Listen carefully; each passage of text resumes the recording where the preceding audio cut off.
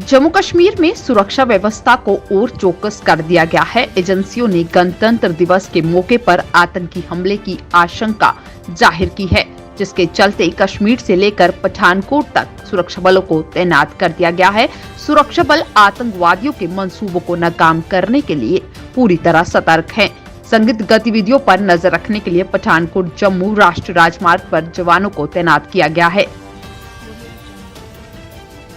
Trader federation Nehru market के द्वारा आज एक प्रेस वार्ता की गई और इस दौरान मीडिया को संबोधित करते हुए फेडरेशन के प्रधान दीपक गुप्ता ने कहा कि जिस तरीके से बात की जाए तो कोरोना के केसेस में जम्मू कश्मीर में लगातार वृद्धि देखने को मिल रही है, जिसके चलते प्रशासन ने वीकेंड लॉकडाउन की घोषणा की है। और अगर बात करें तो वेयरहाउस मार्केट एसेंशियल सर्विसेज के तहत आती है, परंतु केसेस में उछाल और एक जिम्मेदार फेडरेशन की भूमिका को निभाते हुए फेडरेशन ने फैसला किया है कि हम वॉलंटियर तौर पर वीकेंड लॉकडाउन को लगाएंगे।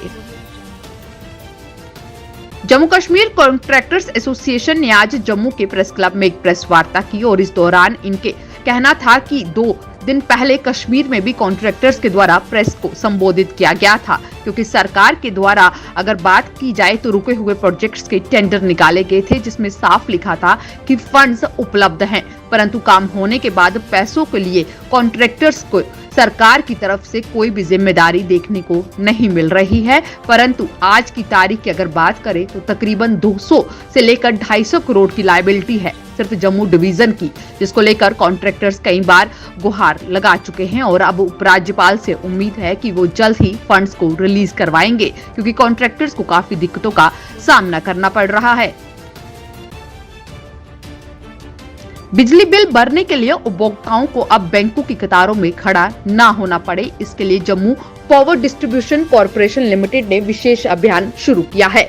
इसके तहत बिजली मीटर रीडर उपभोक्ताओं के घर जाएंगे और परिवार के किसी एक सदस्य के मोबाइल फोन पर बिल सहूलियत ऐप डाउनलोड करवाएंगे। मीटर रीडर उपभोक्ताओं को मोबाइल ऐप से बिल का भुगतान करने के प्रति भी पूरी तरह से जागरूक करेंगे। इसके अलावा 5 सब डिवीजन को पॉज मशीन उपलब्ध करवाई जाएगी, जो मीटर रीडर के पास रहेगी। उपभोक्ता अपने डेबिट या क्रेडिट कार्ड से पॉज मशीन का इस्तेमाल करके भी तत्काल भुगतान कर पाएंगे।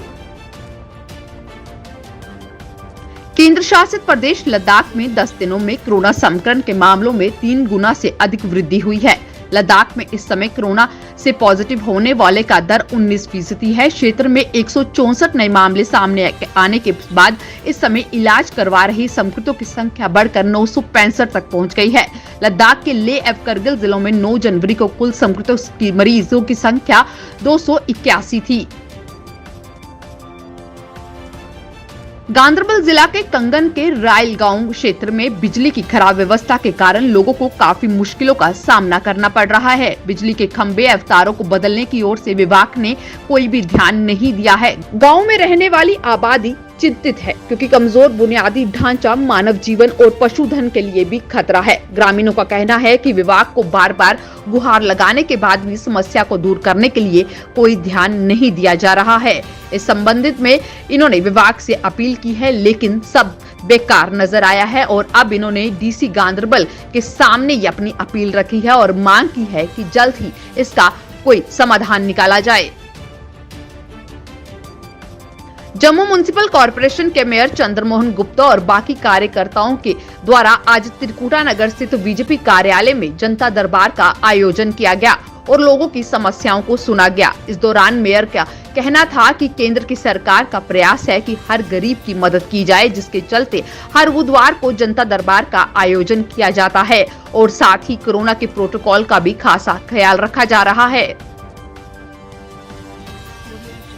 आज Jammu women credit cooperative limited के द्वारा प्रेस वार्ता की गई और इस दौरान कोऑपरेटिव की चेयरमैन स्वर्णा कुमारी ने मीडिया को संबोधित करते हुए बताया कि कैलाश वर्मा, जो खुद को कोऑपरेटिव की चेयरपर्सन बताती है और लोगों से पैसे ऐंठने का काम कर रही है, बता दें कि उक्त कैलाश वर्मा को 5 साल पहले ही बोर्ड ऑफ डायरेक्टर से निकाल दिया गया था और किसी भी तरीके से कोऑपरेटिव से उसका कोई ताल्लुक नहीं है और उसके द्वारा किसी से भी झांसे में फंसने की जरूरत नहीं है।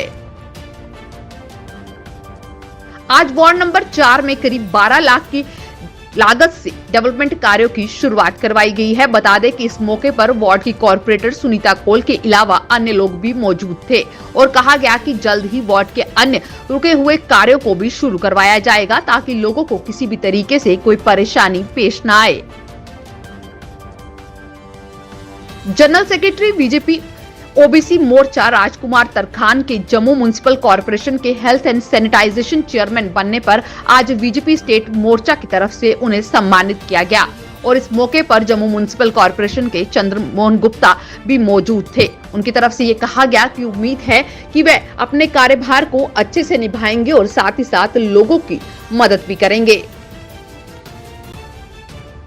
विजयपुर ब्लॉक के पंचायत गरवाल के सरपंच मोहनलाल शर्मा ने आज गांव गरवाल में 4 लाख की लागत से शमशान घाट का शेड और 4 दीवारी का उद्घाटन कर निर्माण कार्य शुरू करवाया। सरपंच ने कहा कि पंचायत फंड के तहत 4 लाख की लागत से शमशान घाट तैयार किया जा रहा है और साथ ही साथ उम्मीद है कि जल्द ही बाकी रुके हुए कार्य भी शुरू किए जाएंगे। कोरोना के चलते अंतर्राष्ट्रीय यात्री उड़ानों पर रोक फिलहाल बरकरार रहेगी। Director general of civil aviation ने ये फैसला लिया है।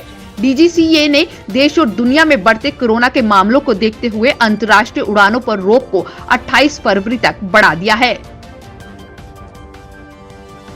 पहली बार गणतंत्र दिवस समारोह में आमंत्रित लोगों की सूची में ऑटो रिक्शा चालक, श्रमिक, स्वच्छता कार्यकर्ता और फ्रंटलाइन कार्यकर्ता शामिल हैं। रक्षा मंत्रालय के एक वरिष्ठ अधिकारी के मुताबिक जिन्हें भी कभी गणतंत्र दिवस समारोह देखने का मौका नहीं मिलता, उन्हें यह अवसर देने का विशेष प्रयास किया गया है। इस वर्ष राजपथ पर गणतंत्र दिवस समारोह में सभी वर्गों के लोगों को आमंत्रित किया गया है। गोवा में होने वाले विधानसभा चुनावों को लेकर आम आदमी पार्टी भी पूरी तरह तैयारी के साथ उतर रही है। आपने सीएम उम्मीदवार के नाम को लेकर अपने पत्ते खोल दिए हैं। आपने अमित पालेकर को विधानसभा चुनाव के लिए सीएम उम्मीदवार बनाया है। दिल्ली के सीएम और आप संयोजक अरविंद केजरीवाल ने उनके नाम का ऐलान किया है।